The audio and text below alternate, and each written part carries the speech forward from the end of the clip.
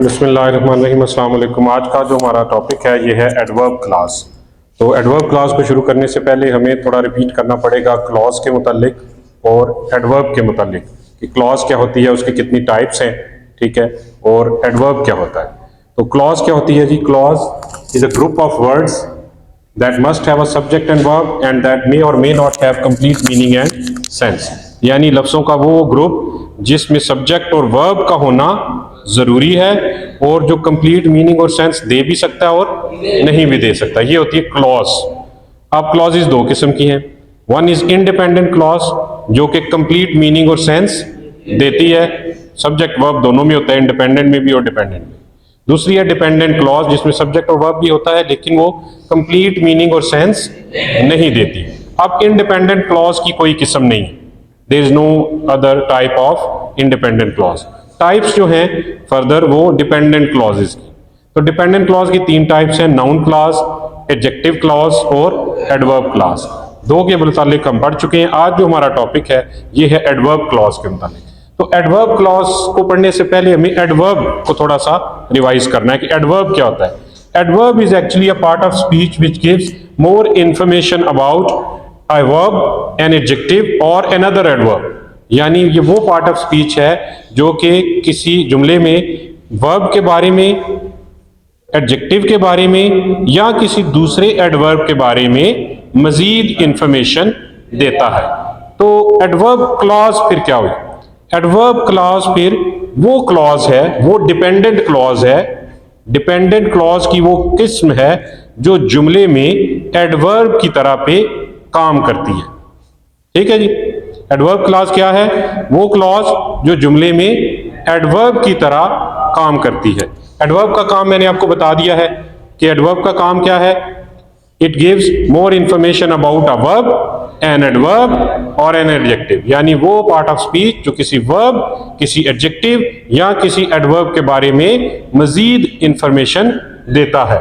तो अब जो वर्ड लिखे हैं आपके सामने, हाउ, व्हाई, व्हेन, वेयर, ये इनका क्या मतलब है?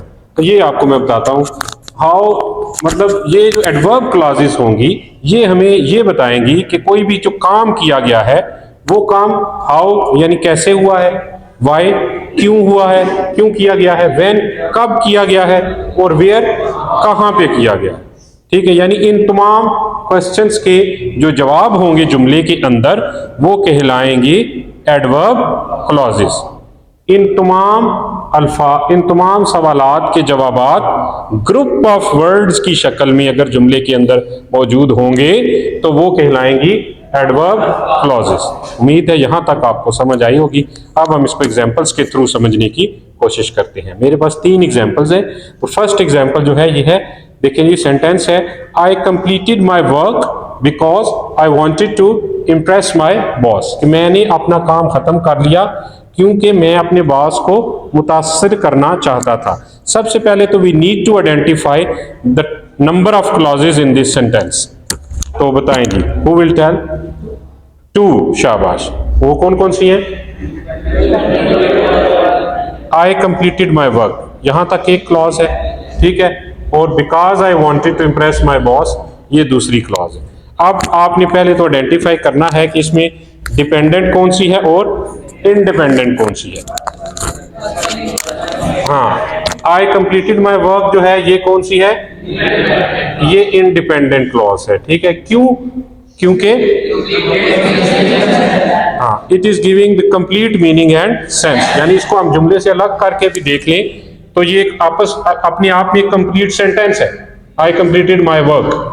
इसको उसकी जरूरत नहीं है।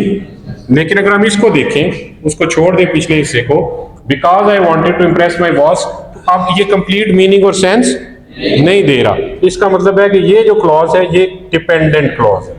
ठीक है, तो ये तो हमें पता लग गया कि इसमें ये जो जुमले का हिस्सा था because I wanted to impress my boss ये डिपेंडेंट क्लॉज है। लेकिन मैं ये कहता हूं कि ये एडवर्ब क्लॉज भी है, यानी डिपेंडेंट क्लॉज है लेकिन डिपेंडेंट क्लॉज की कौन सी किस्म है? एडवर्ब क्लॉज है। तो आप बताएंगे कि ये एडवर्ब क्लॉज क्यों है? I completed my work because I wanted to impress my boss. Sir इनमें से वाई का आंसर है। किसका आंसर है? वाई का आंसर है। मैंने अपना काम खत्म कर दिया क्योंकि मैं अपने बॉस को मुतासिर करना चाहता था। अब ये एडवर्ब क्लॉज की जितनी भी शर्तें थी ये उसके ऊपर ये लफ्जों का ग्रुप पूरा उतर रहा है कि ये डिपेंडेंट क्लॉज है, ठीक है, यानी पहली शर्त यही है ना कि एडवर्ब क्लॉज होगी उसको डिपेंडेंट क्लॉज होना जरूरी है। ये डिपेंडेंट क्लॉज है यानी ये उसके ऊपर डिपेंड कर रही है अपना मीनिंग कन्वे करने के लिए, ठीक है। इसमें खुद से कोई कंप्लीट मीनिंग और सेंस नहीं है अगर इसको अलग से देखा जाए। सेकंड थिंग कि ये जुमले में एडवर्ब की तरह काम कर रही है। एडवर्ब की तरह कैसे काम कर रही है कि जुमले में ये हाउ, व्हाई, व्हेन, वेयर के जवाब जो अल्फाज या अल्फाज के ग्रुप, ठीक है, वो एक सेंटेंस में अल्फाज या अल्फाज के ग्रुप्स अगर सेंटेंस में हाउ, व्हाई, व्हेन, वेयर का जवाब दे रहे हों उनको हम एडवर्ब्स कहते हैं। एक लफ्ज होगा जवाब तो वो एडवर्ब होगा, लफ्जों का ग्रुप होगा तो क्या होगा? Adverb clause.